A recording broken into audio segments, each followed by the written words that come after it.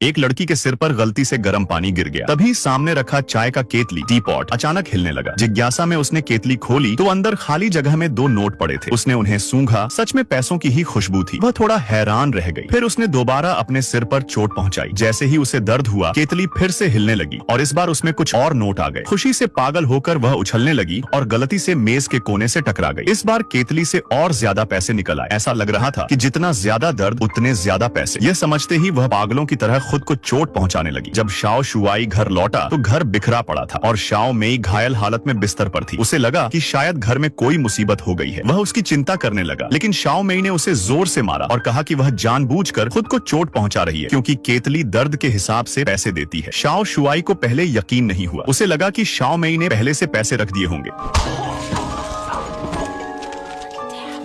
अगले ही पल शाओ मेई ने अपने बाल का एक गुच्छा खींचकर निकाला और केतली से $1 निकल आया। अब शाओ शुआई को थोड़ा विश्वास हुआ, लेकिन वह डर भी गया। उसने पूछा कि यह केतली कहां से आई। अगले दिन वह उसे वापस करने के लिए एंटीक दुकान गया, लेकिन दुकान बंद मिली। मजबूरी में वह घर लौट आया। उसने वादा किया कि जैसे ही वे 10 लाख युआन कमा लेंगे, वे यह सब बंद कर देंगे। इसके बाद दोनों ने खुद को बुरी तरह चोट पहुंचाना शुरू कर दिया। आग से जलाना, पूरे शरीर के बाल नोचना, बिना बेहोशी की दवा के दांत निकलवाना, दर्द भरे टैटू बनवाना वगैरह। जल्दी ही उन्होंने बहुत पैसा कमा लिया। सारे कर्ज चुका दिए, कई गाड़ियां खरीद ली, महंगे कपड़े पहनने लगे। जो दोस्त पहले उन्हें नजरअंदाज करते थे, अब उनकी तारीफ करने लगे। लेकिन एक दिन एक अनजान आदमी उनके घर आया और चेतावनी दी कि यह केतली बहुत खतरनाक है और इसे रखने वालों के लिए बदकिस्मती लाती है। लेकिन पैसों के लालच में अंधे हो चुके दोनों ने उसकी बात नहीं मानी और उसे बाहर निकाल दिया। उसी रात 2 रहस्यमयी लोग उनके घर में घुस आए। उन्होंने सारा पैसा लूट लिया और कहा कि यह केतली उनकी दादी की थी, इसलिए यह पैसा उनका हक है। शाओ मेई को बस पैसे की पड़ी थी। उसने केतली उठाई और उनसे लड़ने लगी। झगड़े में केतली जमीन पर गिर गई। अजीब बात यह थी कि जब उनमें से एक उसे उठाने लगा तो दूसरे ने तुरंत रोक दिया, जैसे उसमें कुछ डरावनी बात हो। फिर दोनों बेहोश हो गए और वे लोग भाग गए। होश आने के बाद भी शाओ मेई को कुछ समझ नहीं आया। वह बस फिर से पैसे कमाना चाहती थी, लेकिन अब हल्का दर्द केतली को संतुष्ट नहीं करता था। थोड़े से दर्द पर बहुत कम पैसे निकलते थे, इसलिए शाओ मेई स्कीइंग करने गई और जानबूझकर अपना पैर टुड़वा लिया। शाओ शुआई भी खुद को पिटवाने चला गया। उन्होंने फिर से बहुत पैसा कमाया, लेकिन जैसा कहा जाता है, अगर जान ही नहीं बचेगी तो पैसे का क्या फायदा। जल्दी ही शाओ शुआई फिर से केतली के पास भागा, लेकिन अब शाओ मेई का शरीर और दर्द सहन नहीं कर पा रहा था। तभी वही आदमी दोबारा आया और उन्हें चेतावनी दी कि अगर वे नहीं रुके तो लालच की झील उन्हें बर्बादी की तरफ ले जाएगी। इसी बीच उन्हें एक बात समझ आई। एक दिन जब एक बच्चा गिरकर रोने लगा तो केतली से पैसे निकलने लगे। शाओ मेई को तुरंत समझ आ गया कि सिर्फ खुद का दर्द ही नहीं, बल्कि दूसरों का दर्द देखने से भी केतली पैसे उगलती है। इसके बाद वे हर जगह लोगों के दर्द की तलाश करने लगे। जहाँ कोई चोट खाता, टैटू शॉप, अस्पताल के डिलीवरी रूम के बाहर, या कहीं भी जहां किसी को तकलीफ हो। जहां दर्द वहां उनका लालच। जल्द ही उनकी तिजोरी नोटों से भर गई। लेकिन इंसान की इच्छाएं कभी खत्म नहीं होती। शाओ मेई का मन फिर भी नहीं भरा। एक दिन वे गाड़ी चला रहे थे। अचानक एक बेघर आदमी सड़क पार करने लगा। शाओ मेई ने ब्रेक लगाने की बजाय उसे टक्कर मारने का सोचा, लेकिन शाओ शुआई ने समय रहते गाड़ी मोड़ दी और हादसा टल गया। इस बात पर दोनों में झगड़ा हो गया। शाओ मेई ने कहा कि गलती उस आदमी की थी। शाओ शुआई ने गुस्से में जवाब दिया, क्या इसलिए उसे मर जाना चाहिए था? झगड़े के बाद शाओ मेई ने दरवाजा पटक दिया। तभी उसने देखा कि केतली फिर से पैसे उगल रही है। उसे समझ आ गया, दूसरों को दुख पहुंचाने से भी पैसे मिलते हैं। अब उसने शाओ शुआई की भावनाओं की परवाह करना छोड़ दिया। वह उसे बुरी बुरी बातें कहने लगी। जितनी ज्यादा तकलीफ उतने ज्यादा पैसे। दोनों घर लौटे और एक दूसरे के दिल के राज खोलने लगे। शाओ मेई ने अपने पति की कमियों का मजाक उड़ाया। केतली से पैसे निकले। शाओ शुआई ने पलटकर अपनी पुरानी प्रेमिका की तस्वीर की बात कही और ज्यादा पैसे निकले। बात बढ़ती गई। आखिर में शाओ मेई ने एक बड़ा राज खोला कि उसने पड़ोसी के साथ गलत रिश्ता रखा था। यह सुनते ही केतली से ढेर सारा पैसा निकल आया, लेकिन शाओ शुआई के दिल में खुशी नहीं थी। धीरे धीरे केतली भी इन सब से संतुष्ट नहीं हो रही थी। तब शाओ मेई ने अगला कदम उठाया, दूसरों की जिंदगी में जहर घोलकर पैसे कमाने का। वह अपनी सहेली के घर गई और उसके पति से झूठ बोला कि उसकी पत्नी ने उनके पालतू कुत्ते को मार दिया। इससे उनके रिश्ते में दरार आ गई। फिर उसने शाओ शुआई के बॉस की पत्नी को उसके पति की गलत तस्वीर दिखा दी। इस तरह एक एक करके रिश्ते टूटते गए और केतली से पैसा निकलता गया। लेकिन फिर एक दिन जब शाओ शुआई घर से बाहर निकला तो केतली से पैसा निकलना बंद हो गया। उनके रिश्ते भी टूट चुके थे। पैसा बढ़ता गया, पर शाओ मेई की लालच अब भी खत्म नहीं हुई थी, क्योंकि उसे एक और बड़ा और खतरनाक राज पता चल चुका था। असल में उसकी बहन का बच्चा उसके जीजा का नहीं था। यह राज अगर जीजा को पता चल जाता तो केतली से बहुत पैसा निकल सकता था। शाओ मेई ने उस वक्त कुछ नहीं कहा, लेकिन घर लौटकर उसे बहुत पछतावा हुआ। उसे लगा कि इतना बड़ा मौका उसने गंवा दिया। इसी सोच के बीच उसके मन में एक और खतरनाक ख्याल आया। उसने सोचा कि अगर वह बुरे लोगों को खत्म करे, जैसे अपराधी या नशा बेचने वाले, तो शायद केतली और ज्यादा पैसा दे। उसके मन में लालच अब पूरी तरह हावी हो चुका था। लेकिन जब वे एक गड्ढा खोदने जा रहे थे तभी शाओ शुआई को होश आया। उसने शाओ मेई को समझाने की कोशिश की, ये अब सिर्फ लालच नहीं, ये हत्या है। तुम खुद शैतान बनती जा रही हो। शाओ मेई ने ठंडे लहजे में कहा, ज्यादा पैसा चाहना बुरा नहीं है। यह सुनकर शाओ शुआई समझ गया कि वह पूरी तरह लालच के अंधेरे में डूब चुकी है। मजबूर होकर वह उसी रहस्यमयी आदमी के पास मदद मांगने गया और उससे केतली ले जाने की गुजारिश की। लेकिन उस आदमी ने कहा, अब बहुत देर हो चुकी है। जब तक शाओ मेई खुद इसे छोड़ने का फैसला नहीं करेगी, ये केतली उसके लालच की वजह से उसे पूरी तरह निगल जाएगी। उस शाम शाओ शुआई खिड़की के पास केतली लेकर बैठा रहा। वह चाहता था कि शाओ मेई सच में इसे छोड़ दे। शाओ मेई ने हाँ तो कह दिया, लेकिन उसकी नजरें अब भी केतली पर ही टिकी थीं। शाओ शुआई की उदासी देखकर वह बेचैन हो उठा। अचानक उसने केतली हाथ में लेकर खिड़की से छलांग लगा दी ताकि शाओ मेई को झटका लगे और वह जाग जाए। सौभाग्य से मंजिल ज्यादा ऊंची नहीं थी, वह सिर्फ बेहोश हुआ। यह घटना शाओ मेई के लिए आंखें खोल देने वाली थी। उसे पहली बार एहसास हुआ कि असली दौलत पैसा नहीं बल्कि अपने प्रिय इंसान की जान और साथ है। दोनों ने मिलकर फैसला किया कि वे केतली हमेशा के लिए छोड़ देंगे। लेकिन उसी रात एक हादसा हो गया। पड़ोसी लाओ वांग ने केतली चुरा ली। दरअसल वह पहले से ही इसका राज जान चुका था। अगले दिन शाओ मेई और शाओ शुआई को डर लगा कि लाओ वांग भी वही गलती दोहराएगा। वे उसे समझाने उसके घर गए कि केतली फेंक दे। लेकिन जैसे ही वे अंदर गए, लाओ वांग ने उन पर बंदूक तान दी। वह उनकी जान के बदले केतली और पैसा चाहता था। उसी समय दो रहस्यमयी लोग घर में घुस आए। अचानक गोलीबारी शुरू हो गई। शाओ शुआई और शाओ मेई सोफे के पीछे छिप गए। लड़ाई के बीच केतली फिर से पागलों की तरह पैसा उगलने लगी। बाहर से गोलियों की आवाज गूंज रही थी। कुछ देर बाद सब शांत हो गया। जब उन्होंने झांक कर देखा तो कमरा नोटों से भरा पड़ा था और चारों लोग गोली लगने से मरे पड़े थे। इस खून खराबे और बर्बादी को देखकर उनके दिल में पहली बार पैसे के लिए कोई चाह नहीं बची। उन्होंने सारे पैसे समेटे, केतली उस रहस्यमयी आदमी को सौंप दी और सारा धन जरूरतमंद लोगों में बांट दिया। इसके बाद दोनों ने सादा लेकिन सच्चा और खुशहाल जीवन जीना शुरू किया। फिल्म के अंत में वह आदमी केतली को समुद्र में फेंक देता है ताकि यह लालच की आग हमेशा के लिए बुझ जाए। अब सोचो, अगर तुम्हारे पास ऐसी केतली होती